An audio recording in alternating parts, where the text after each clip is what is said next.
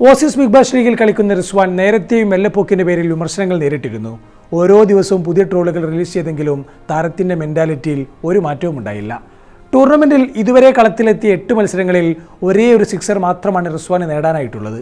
101 strike റേറ്റിൽ ആകെ സമ്പാദ്യം 167 റൺസ്. വലിയ ഹൈപ്പിൽ ഓസീസ് മണ്ണിലേക്ക് പറന്നിറങ്ങിയ പാകിസ്ഥാൻ ക്രിക്കറ്റ് താരം നനഞ്ഞ പടക്കമായി മാറുകയായിരുന്നു. റിസ്വാന് സമാനമായി ബിഗ് ബാഷിൽ ഫ്ലോപ്പായ മറ്റൊരു താരം ബാബർ അസമാണ്. ഒരു കാലത്ത് T20യിൽ പാകിസ്ഥാന്റെ ഓപ്പണർമാരായ ഇരുവരും മെല്ലെപ്പോക്കിൽ പരസ്പരം മത്സരിക്കുന്നത് പോലെയാണ് കളിച്ചത്. സിഡ്നി സിക്സേഴ്സിനായി കളിക്കുന്ന മുൻ പാക് നായകൻ ഇതുവരെ 8 മത്സരങ്ങളിൽ 104 സ്ട്രൈക്ക് റേറ്റിൽ സ്വന്തമാക്കിയത് 154 റൺസാണ്. 12 ഫോറും 3 സിക്സറും മാത്രമാണ് ബാബറിന് ബിഗ് ബാഷ് ലീഗിൽ നേടാനായത്.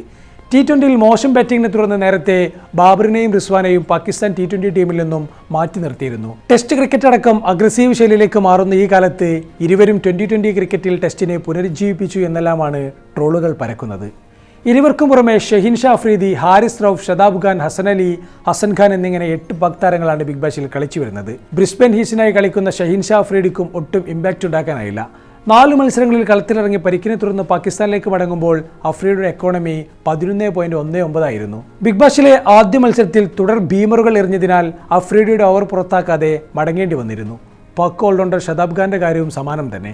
എന്നാൽ രാജ്യാന്തര ക്രിക്കറ്റിൽ തല്ലുകൊള്ളിയെന്ന് പേരുള്ള ഹാരിസ് റൌഫാണ് ബിഗ് ബാഷിൽ അടിയാളപ്പെടുത്തിയ പാക് താരം. മെൽബൺ സ്റ്റാർസിനായി 7 മത്സരങ്ങളിലും പന്തെറിഞ്ഞ റൌഫ് 15 വിക്കറ്റുകളുമായി ശരിക്കും സ്റ്റാറായി.